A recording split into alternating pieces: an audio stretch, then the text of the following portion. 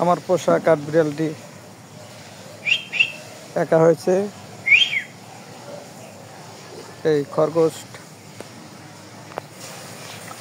অনেক কষ্টে জীবনযাপন করতেছে, তার সঙ্গী এই পৃথিবী থেকে চলে গেছে।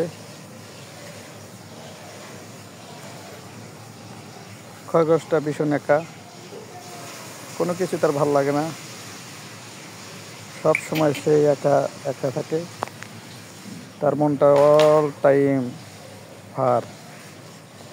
আমরা বুঝতে পারি সে সঙ্গীহীন হয়ে পড়েছে, তার সঙ্গীর একান্ত প্রয়োজন। চেষ্টা করছি তার একা জীবন থেকে রক্ষা পাওয়ার জন্য, একটা সঙ্গী খুঁজছি। অচিরেই আমার পোষা প্রাণীটার একটা ব্যবস্থা করব,